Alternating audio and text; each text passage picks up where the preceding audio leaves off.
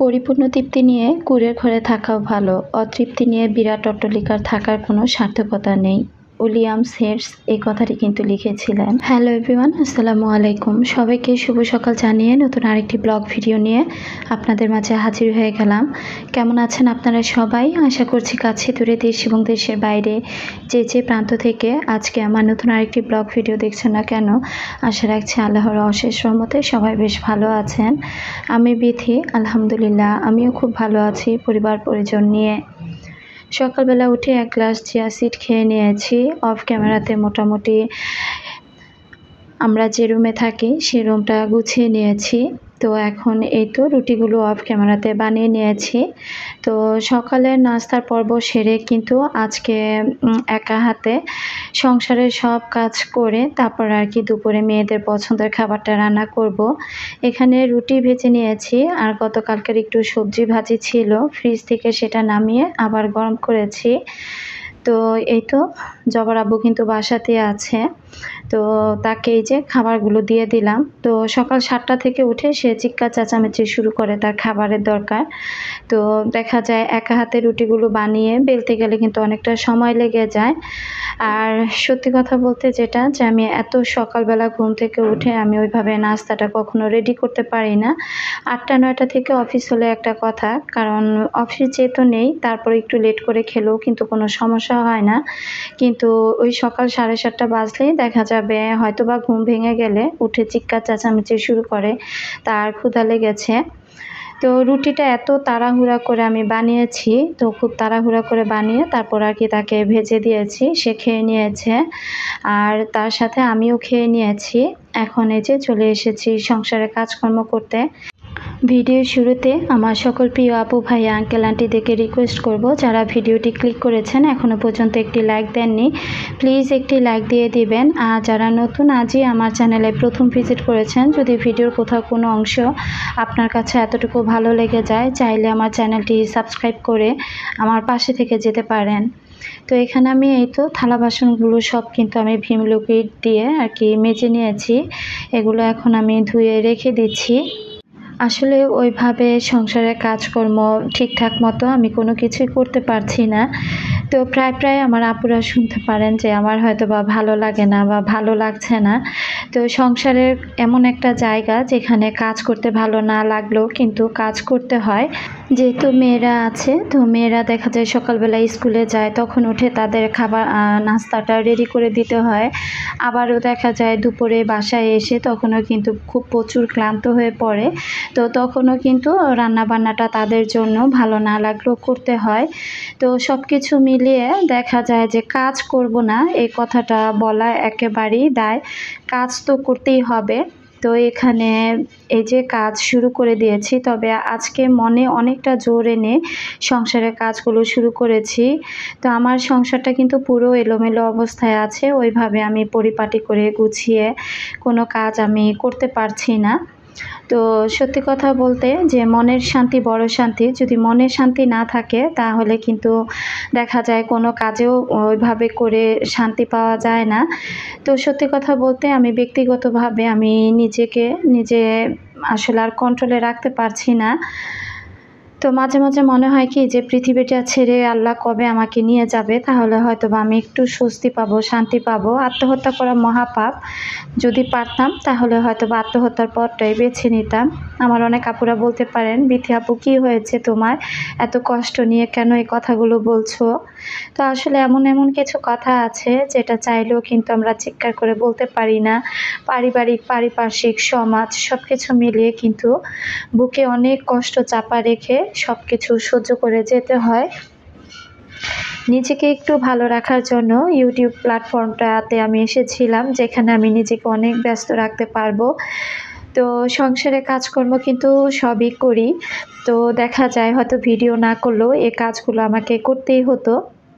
তো সত্যি কথা বলতে যে নিজেকে আরও বেশি ব্যস্ত রাখার জন্য কিন্তু আমি ইউটিউব প্ল্যাটফর্মটা বেছে নিয়েছি।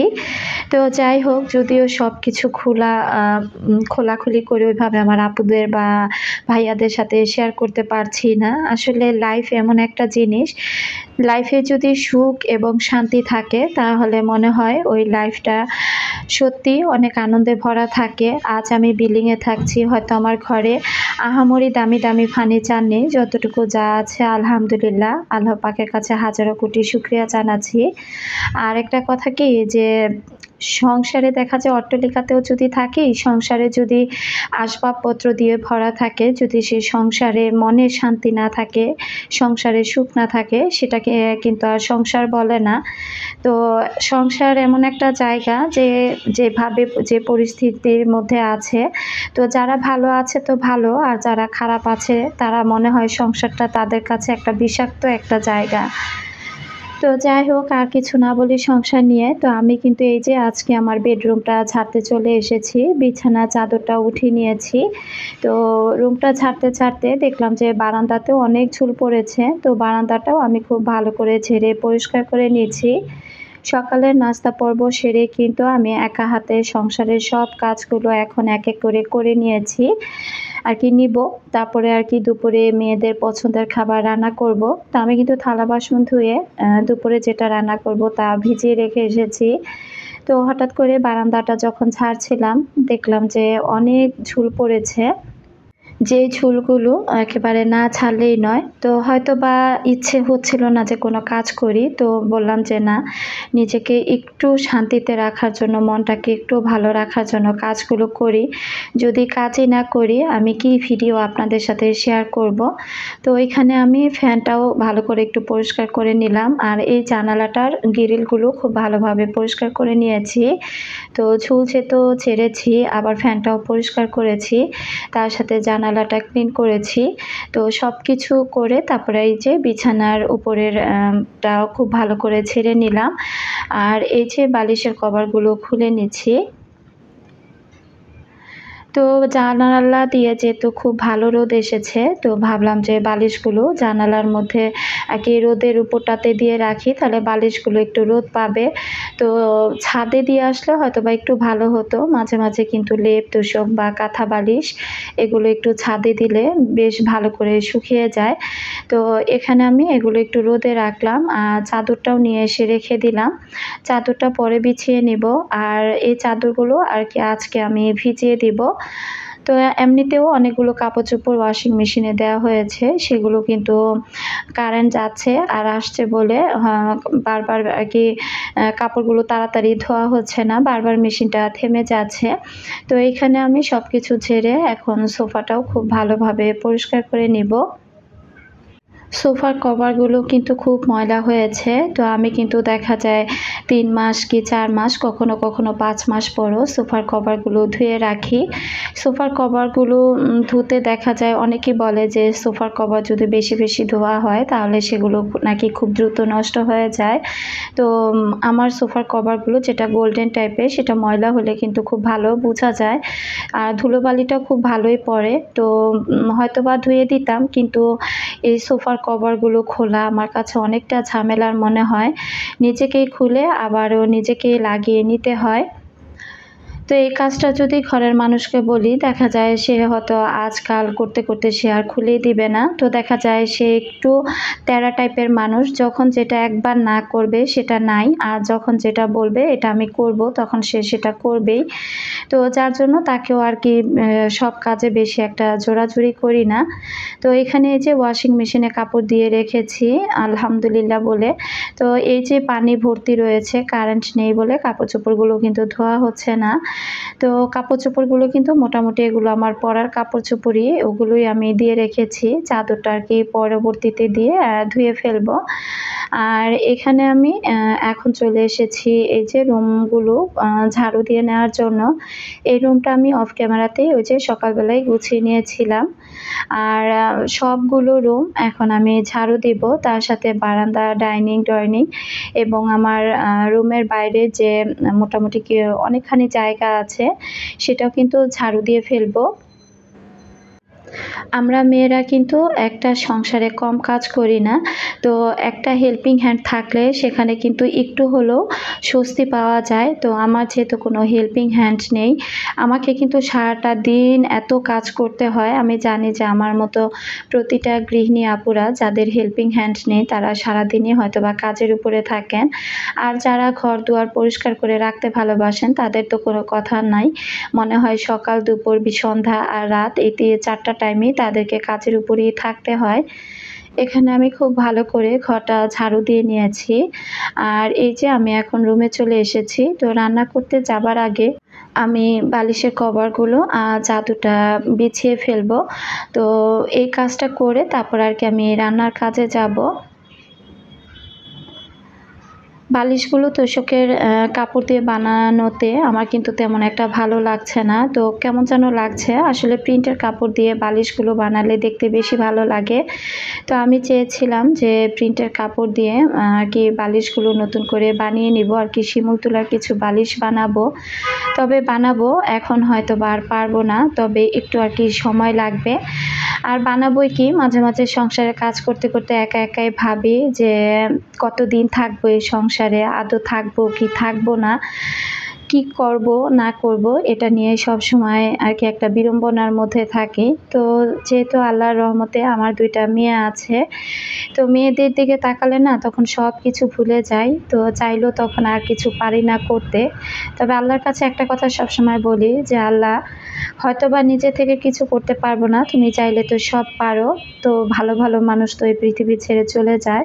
তো তোমার যদি ইচ্ছে হয় তুমি আমার মতো এক পাপী বান্দাকেও তোমার কাছে নিয়ে নাও।" কারণ কেন জানো এই দুনিয়াতে বেঁচে থাকার ইচ্ছেটাই আমার মরে গিয়েছে। এখানে আমার ছোট মেয়ে জামাটা পরে কোচিং করতে গিয়েছিল। তো জামাটা এখন আমি গুছিয়ে রাখছি।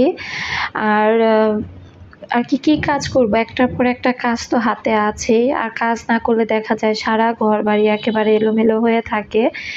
আমি অনেক আশা নিয়ে YouTube চ্যানেলটা খুলেছিলাম। ভেবেছিলাম যে এই চ্যানেলটা আমি অনেক দূর নিয়ে যাব।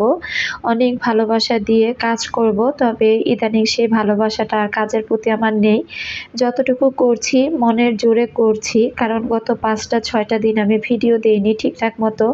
চ্যানেলটা একেবারে ডাউন হয়ে গিয়েছে। তো আমি জানি না যে কতদিন আমি আমার মনের জোর নিয়ে এভাবে চ্যানেলটা চালাতে পারবো। হয়তোবা এমনও একটা সময় আছে যে হুট করে মনে আছে ভালো না লাগলে চ্যানেলটা বন্ধ করে দিতে পারি। তারপরেও সবসময় আমার বড় মেয়েটা আমাকে সবসময় বলে যে, "মা চ্যানেলটা বন্ধ করো না। এত দূর এসেছো, তুমি কাজ করো।" তো আসলে মাঝে না মেয়ের কথাতে অনেকটা শান্তি বোধ করি।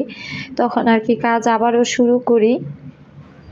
তো মাংসটা ধুয়ে এই তো আমি এইখানে সব রকমের মসলা দিয়ে দিব।